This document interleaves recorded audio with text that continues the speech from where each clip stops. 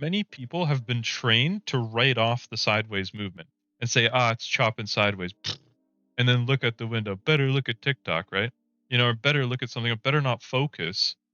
And I'm like, do you think that if enough people are trained to be like that, we can actually get everyone to drop their guard? You know? And I'm like, the institutions know exactly what people are like and what they can expect out of most people after doing this for a prolonged period of time. You know, they almost think that after they do this for a while, the domain will become more theirs. It'll become less likely that they will have to bat off dozens of other traders and a bunch of pesky individuals. Almost certainly, the people with very short attention spans are gone.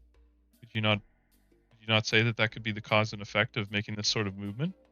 Is that the people with the shortest attention spans will leave? And I'm like, yeah, it really resonates with me. I understand exactly what the effect is. And it's not like the institutions don't know what's going to happen when they do this.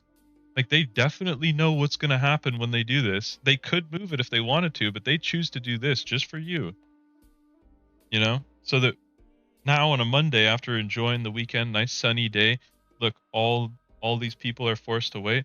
Many of them will crack and end up doing something else.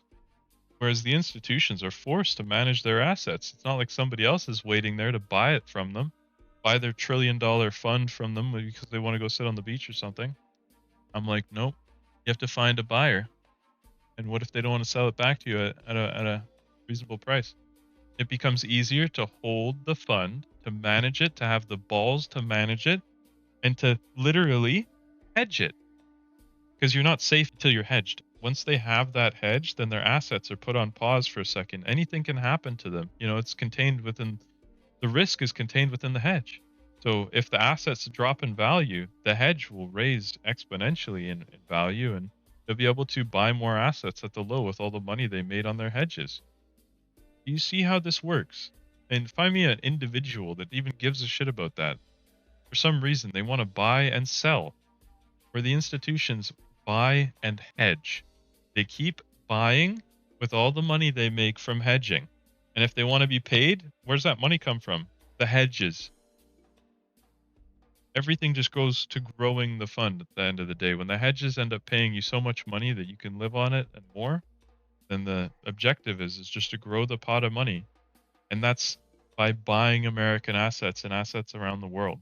But to be interested in hedging means that you have to work a little bit more. You have to think about another position. You have to almost do twice as much as what everyone else is doing. At the end of the day, if you can acquire a position that's good for a long-term move, there will be many short-term ones that will happen against it. And all of those moves can be taken as hedges. You can grow your short-term understanding of the market every single day that you're in your long-term trade. But yes, what we have right now is remarkably similar to a triangle, and it reminds me of the one in the morning that we had originally. Is it up to me to say that the institutions certainly aren't starting up here, but it's just ending the chop? It's not something that I think they've sold any assets over. I don't think they sold their assets off on this consolidation on the daily. I don't think so. That's what I've said since the beginning. It's not been a reason for them to get rid of their trade. Now everybody else starts a new day every day in this range. They don't have what it takes to hold through the whole thing. And I can see that's just what the institutions are most likely to be doing. Most likely. And contrary to popular belief, everybody thinks it's a really fair range with all those dumps we've been making back to the top of the middle of the range. And they don't even get the green zone. Like they think they're in control. All they get is red zone to middle, red zone to middle, red zone to middle. They don't get anything more than the middle. They don't even get the green zone. And I'm like, that sucks. Literally. And they get excited about these dumps like they weren't part of the run up. I'm like, that's something to be excited about. 30 days of running, 30 days of moving, but 30 days of chopping? I'm like, I haven't been very excited about it. But yet, when you watch the video I posted in the chat, I made it very clear that we could chop in this area and we could use the whole range while we're here. But it's not a reason to give up any good long trades that were actually taken at a respectable spot when the market pulled back. You know how close we are to all-time high? It's right here. beginning, at or above all-time high, should it be harder? Yeah, it should be harder. They should make it difficult for people that aren't holding, literally. And that's what you should expect in the future, because it's not just like, oh, everybody jump on track with the institution's plan. No, they're going to make it go sideways enough to make most people bearish, to make most people give up on their long trades, to make people not persist with it. Oh, it takes 2 weeks, takes 3 weeks. Oh, count them out. They tried a couple times to be long and it took it from them. Oh, guess they better try something else. That's what they'll think. It's not working. And then they don't care. It exactly did exactly what it should. It's just the people didn't have what it takes. I know that it takes discipline, patience, perseverance, fortitude, diligence. Okay, like if I just trace over it all again, we start from here. We go down and then up back to the circle. Down, up, back to the circle. Then we come down, but not all the way. Then we come up, but all the way and a little bit more. Right? Then we come down to a new low. Down to a new low. Then we come back up, but not all the way. Remember, it's not all the way. We came back up, but it wasn't all the way. And then now we're like, coming off again. We're like here. I'm like, that's pretty much where we are. And it's true that where we are is the spring of the third drive, and it is, effectively moving. But if you're in from underneath the freaking triangle, underneath the 61, what are you doing? Why do you have to do this? You don't have to do this, do you? Because you're holding, right? At the end of the day, we know the value of getting on top of the red zone. That's never changed. And if you are doing this, well, make sure that you're protecting yourself when we get back to the first of the three lows. I know it's not supposed to stop there, but sometimes it literally does. So I'm like, if it does stop there sometimes and you don't protect yourself, well, you know that if you sell some off, you're able to pay yourself in the short term. And whatever you have left, you can continue to hold safely with a stop and profit to be exposed to a long-term move that could pay you many points over the course of a long time. But you know that if this move goes to shit and goes to the bottom, you've been paid your short-term profit.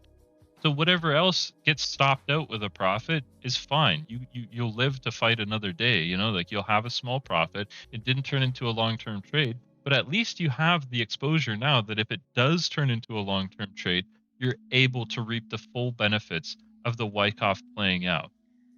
Now, in this area today, where I would say 80% of the patterns have something wrong with them, is it wise to put your guard up a little bit? Yeah, for sure. Give me a reason not to then, if not.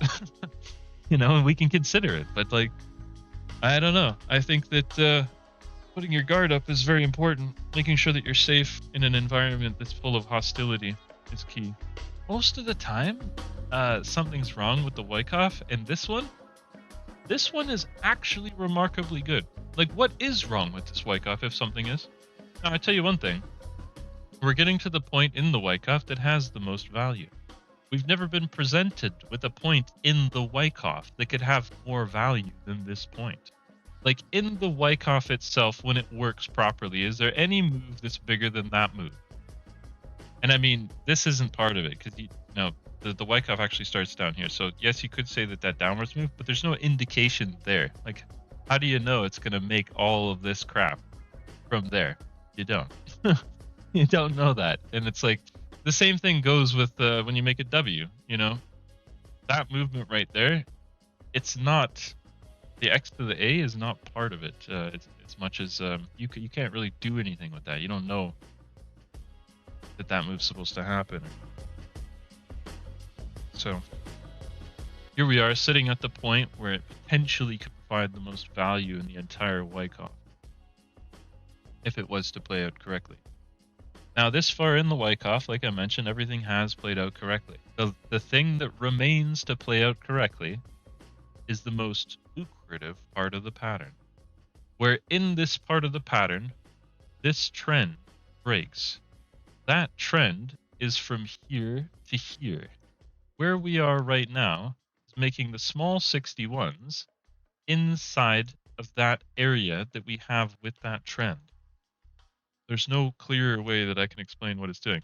And as much as I'd rather it do something else, like Wyckoff, it's great, but 70% of the time it doesn't work properly. And it's grown me skeptical about it. Now this one is a little bit smaller, so it's working out really well. And as a result of it being smaller, I don't think many people know that it's happening because they overlook all of the small things. In many cases, many people like to overlook the very small, fast changing data, which I think is a disadvantage. If you could consume and understand the data, it would be better to have it than not to.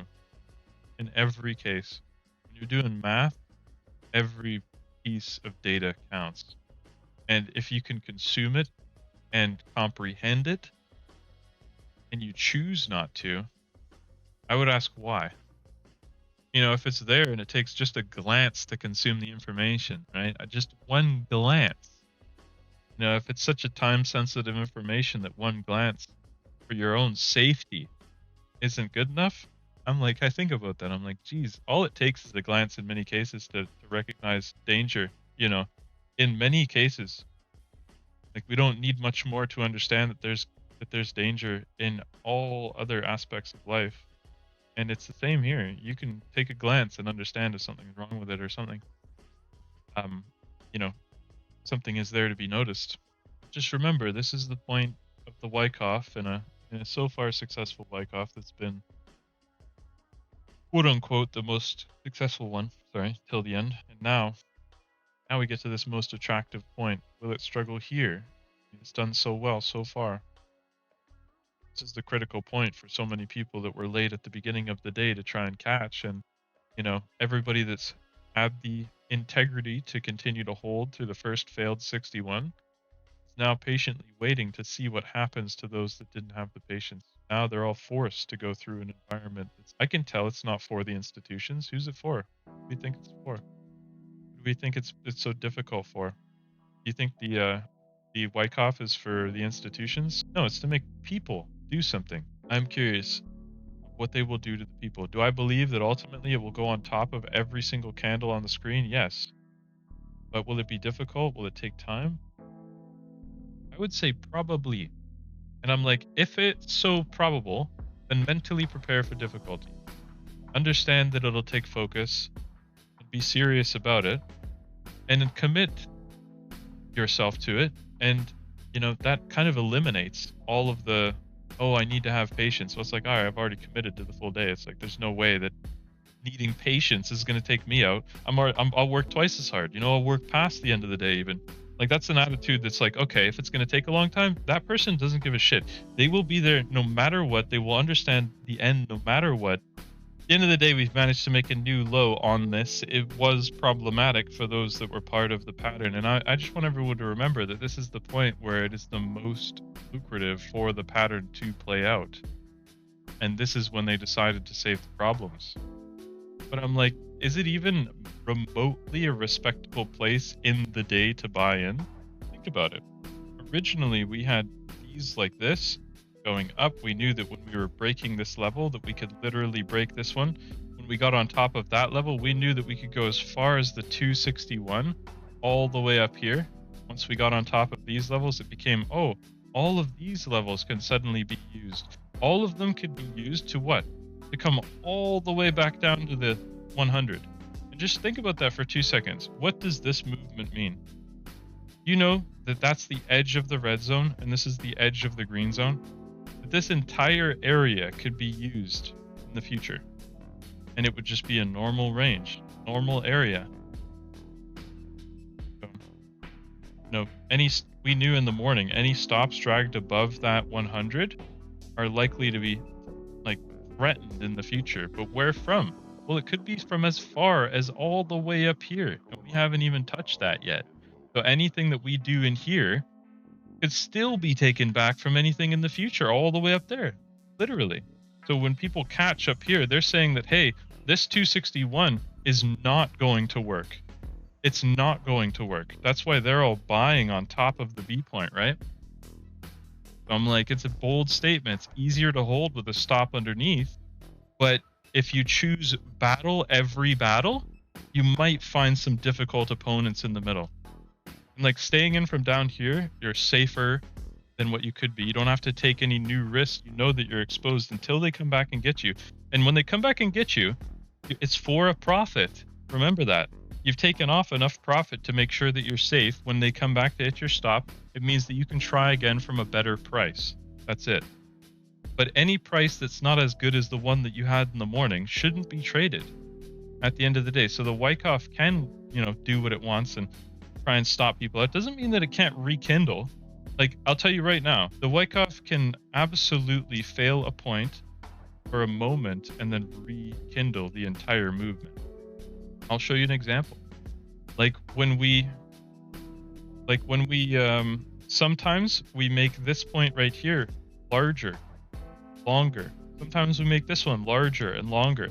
You could say that because it made a new low, it looks like it failed.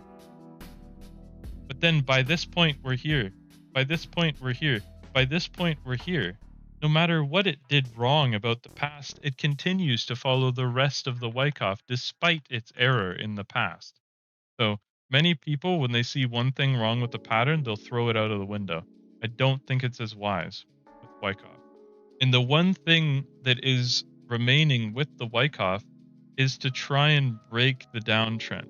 And sure, instead of it being here, we're now here, almost at the B point. So from the 188,200, the B point is almost hit. And it's nowhere near a 61% retracement. And we knew well into the day that any stops on top of that level weren't going to be safe. And I'm like, why would you give up the trade to buy it back above the B point? I don't know. I don't support that kind of trading though. But it's the most natural thing to do. So I'm like, are people probably doing it? Yeah, probably. And with this movement has come another blue line. 261. Sometimes we like to get a move back to the 188. And I see that move's a really common move. Like we've done it like 10 times. I'm like, it's asking for that movement again. Sometimes that's all it gives. It'll give it a couple times usually as well. But when we see the 188-200 get hit, it's like it's a feeling for a moment. And, by coming down here, the line that really starts to stand out to me is actually this top one as the most attractive line on the chart. It's hard to see in there with all those other lines, but at the end of the day, that's the red yellow one, and it will be the downtrend until we break it. Now there is much time to get to that. We're at the bottom of the node, wicking and spiking back into the bottom of this node right now. Basically, there's an old 261 there that's never been tested from the bottom. That's pretty much like the thickest part of the node, attractive to get to that. Yeah, and it's funny too, because as we developed the Wyckoff and it was all perfect, it got to the spot where it was like the best, most valuable spot to take the trade in the Wyckoff, and it freaking failed from the most valuable spot. It's not like there was an ample opportunity to take a short-term profit on the movements that it provided, and every 61 that worked around that time still offered over 20 points of movement. So there's not incredible room for error. We have yet to test this 61 for the bottom side. That will be in line with the green zone there. But I think its use isn't actually a support, it's a resistance. And that's what they'll be used for, resistance.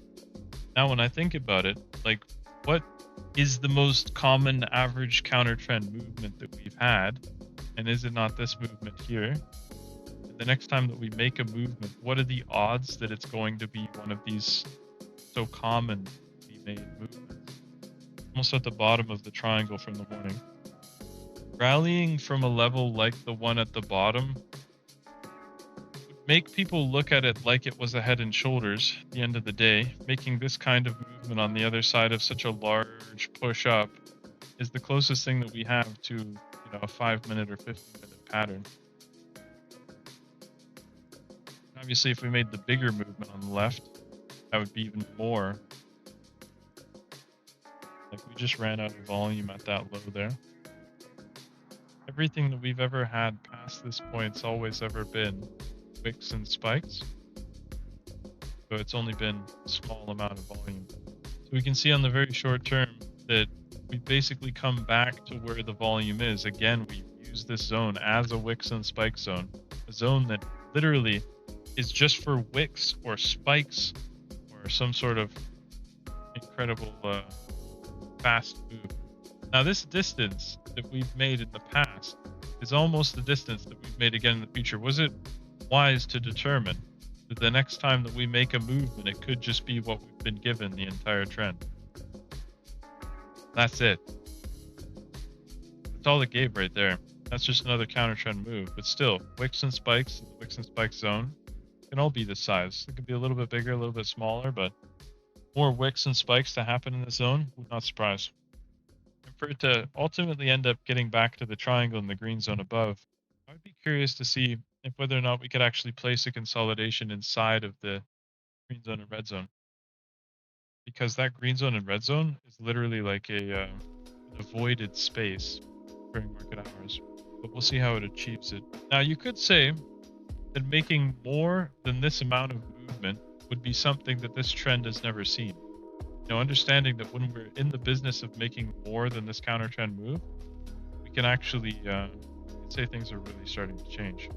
In the morning, we saw that the 113s actually formed this low, and we didn't quite make it to this one, but we've managed to do more than our average counter trend move now. It's a swipe against everybody at the bottom, and obviously the two lows we've got there after this one have managed to make 1, 2, and 3 consecutive lows. Now, instantly, as soon as we did that, we returned back to the first of the 3. So this one is 1, this one is 2, this one is 3. Ultimately, returning back to the green zone and all those 261s is not hard to believe. So everything that's ever been bought underneath the 261s should be able to be sold for a profit at it. We've managed to do more of a counter trend move than we have since this real dump started, but the last time that we made any kind of counter trend move, it was bigger. It was about that size. It's a little bit bigger than that too, which is good. It's like not always will it be, a fib or anything like that for the absolute reversal, but it can make itself clear that when it does reverse, where it wants to land is obvious. The slightest distance beyond that was to do more than double its usual pullback. Now, obviously, everything has been returned back to the triangle. This triangle that we've had since the day's beginning. All really relevant, clearly still used by the institutions. But if people start late in the day, they might not have the analysis. My favorite line still remains. Like I said, everything that was ever sold off past the 261 is very likely to be bought back up to it. And I knew that from the moment that we broke it. It's not a matter of, figuring that out on the way back up or something like that. They've been circled the entire time. I knew that when we got under them, they would be used as a resistance. And I specifically said that they would be used as a resistance. And that's the way it goes. We've managed to make things relatively even out of both sides of the range. And remember, when they pull back for these people here, they pulled back for everyone that started from today. Just remember that. They didn't pull back to the daily POC. They didn't pull back to the halfway point in the range. They just came back for people that started today. And it shows the kind of respect that they have for them. The holders get the respect. The people that have to start from okay, let's say that there's a trend and it's going like this, and it's like the daily. People think that they need to start from here to catch this little bit before it reverses. They should get screwed. They should get screwed. Here's the 261. They didn't have what it takes to hold the trend. They're not trying to do it properly. They're not in line with the institutions. The composite man can get screwed according to them. I'm like, the composite man's been holding from under the green zone. Watch the video, underneath the green zone altogether. I made this video clearly about how I thought while we were getting into the daily range and how it was clear that anybody that took any of the long trades up into that point should still hold the entire time, that we expected it to come back down, and I drew it. Let me play for a second. In the event that we did that, it would be 1, 2, 3, 4 would be the same size, and then we might be able to do a fifth. Very similar to how we like to construct 5 wave moves, with the first wave and the second wave and the third wave being the biggest, the fourth wave being similar to the second, and then the fifth wave in many cases being similar to the first, which could insinuate a pretty large movement beyond the all-time high to achieve that. Like, we continue to penetrate into that range to use the other side. Nobody ever has to buy on the bottom if they're in from any of the days prior to that. Buying at the 188, like that's a 188 right there. And when you buy the green zone, that's what you get. You get the 188. I'm like, ew, it's not the same. And I know it's like, oh, it sucks that the plans for the institutions last a long time and inherently the people's plans don't. I'm like, it's not the institutions that should change, it's the people. Literally. They don't see this as the most attractive trend line. I don't know what to tell you. But if you think this means more down, you got another thing coming. This was just a robbery of whatever people tried to start today. Is it not evident that anybody that was able to trade since the open was in here? And they came down and decided to yoink everybody's shares. And where was the resistance that they decided to come back to? They knew what they were doing well before they even dumped it. It wasn't just, oh, let's calculate it along the way. It was part of their plan the whole time. And it wasn't to give up their assets. Did any of the movements that you see on the screen insinuate that the biggest holding in America has been sold off to somebody else? Do you think that's what's happening? Or some weird indication that you're getting on some sort of indicator on the trading platform? I'm like, good luck with that. That's the blue line crushed. They've basically taken all of what failed on the Wyckoff and bought it right back out. Now, everybody that has ever thought that that dump was something attractive has literally been made into a fool. Anybody that's held through that dump has thought, I didn't have to take a risk on that low because I'm still holding. Anybody that bought the daily POC is still safe. Anybody that bought the trade in the middle of the night at 11 o'clock yesterday when I mentioned the gap and had the arrow and everything, still fine. I can show you at the daily lows even me saying to hold, but it's inherently human, as I've noticed, for people just to give up on the plan because it pays so much money in the short term that if they literally are like, oh my God, I got this plan to work for me, and then they're forced to wait, count them out. 100%. That's what the daily looks like too. It's like that was clear. Then as soon as we got into here, oh my goodness, everyone wants to start every day as a new day. And I'm like, this just, why is it hard then? Because every day is meant to be hard for you because you're not doing the right thing anymore. You've started in the consolidation. That's where they want people to start. They know that if they keep us in this consolidation for long enough, most of the people will have ended up starting from there now, especially all the short-term traders. You can almost count on the fact that over 80% of all the short-term NASDAQ traders are in this consolidation. Even if they wanted to hold for a couple days, they're still in the consolidation. They got them right where they want them. And that's what I see, right where they want them, in a plan that was already made clear from the beginning. Yet everybody loves the idea of finding it mysterious for some reason and likes guessing about it because it feels good when you hit the jackpot, right? I'm like, come on, that's terrible. And I don't like that mentality. I explain it like that because I think it's freaking trivial and not a good way, a respectable way. I don't want God to look at me whenever I've thought about that. Like, I know when I was basic, when I didn't learn anything and I first started and I, crawled out of the forest into the digital world, maybe it's okay for me not to understand a couple things, but now there's no excuses. There's no excuses for me to ever act like that. But yeah, I know we're almost at the red-yellow line, and it's true that anybody that persisted with this day was fooled by the dump and should have been holding through it, unless you had the accuracy and perseverance and discipline and patience to catch the bottom and then decide to hold it after all they've done to everybody. And I'm like, yeah, it's not like I didn't make the red-yellow line the most attractive trend line. Look at the thing. It is true. They're so bullish that they want your stops and your liquidity. They came down and bought what was available. That's what I see this chart shows me. They came down and bought what was available. Not many people in the short term are going to provide so much off the chart. Think about it. But they came down in a quick snatch and grab kind of situation and robbed everyone. And now we're back at where everyone was at. All the progress that they had, everybody from the morning, everybody was up here. Everybody was looking pretty good right about at this price, right? Now what? Now they've been stripped from their positions unless they had the perseverance to continue with the lows and catch the bottoms.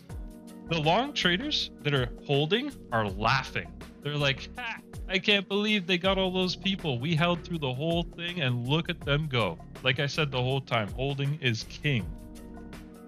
And I want to mention, you want to know how similar today is to many of the days that we created a expanding wedge? What are the odds that today's run that we have right here, right now, is to expand beyond the highs that we have? Red yellow line, don't let it undercut the potential we can have beyond it. Just understand that sometimes we can double everything we've ever done beneath the red yellow line, beyond it. So don't be too quick to cut your position. But this is the B point, ladies and gentlemen. Everything that has ever been bought out, sold off past this point, has now been bought out too. Know that. Was it not true that this was the resistance for a prolonged period of time? Did the institutions decide that that was the way it should be? Because I see that as correct. It is true that when we did more than the average pullback, it took all of it back. Is it going to work like that next time? No. Is it true that the entire time that it was going down, I did not shake my faith in the ability to get up and through this hurdle? You know, a lot of people fall off. A lot of people that have the benefit, they were in this sideways motion, they didn't sell off. We had to come back and rob it from them, literally, because they didn't sell off. They were waiting for them to sell off. Couldn't find the liquidity they wanted. They saw stops at the bottom, took them, and now we're good. You can count on the fact that most people don't have it in them to continue when it gets difficult, because they feel bad, and they know when they feel bad, the first thing that comes to their mind is quit. At the end of the day, I find it interesting that out of all the volume that we've had on this chart that is retail, as we can see, this price that we're at, maybe in like 2 more points, is the red line there. That's also an old 61. But it's the heaviest amount of volume that people have put in since the days began. So out of all of this trading down here, all this here, everything we've done, that's the spot that has the most people trading at. You know that when we get on top of that level, this will become almost like a platform to come back to in the future. But is it not true that every trend on my chart has broken in the name of getting to the most attractive trend line? Like, I hate to say that they had to go through this, but they did. You know that it's extra bullish when they didn't give those suckers at the 61 their simple opportunity to get away with murder. You know? Think about that. If they let people get in there, they're not really working hard for nothing. They get paid so much for what? For understanding some simple level? Don't give it to them. They're not really working for nothing. You know? As far as I'm concerned, this trend is anti-fibs. Like, it didn't even come down to the 113 at the bottom there. Literally, neither one of them. And, it wanted to make sure that it just came down to collect the stops beneath the open. Everybody that was associated with today is liquidated, and now they've moved on beyond everyone's progress point from earlier. What are the odds people persisted with it and continued to trade? They're doing something else, slacking off because it's a nice day. I'm like, not me though. I understand this plan through and through. Just remember that what we can do beyond the red yellow line can be almost double what we've done here. Literally. This can break as a threshold barrier that releases energy upwards when we break it.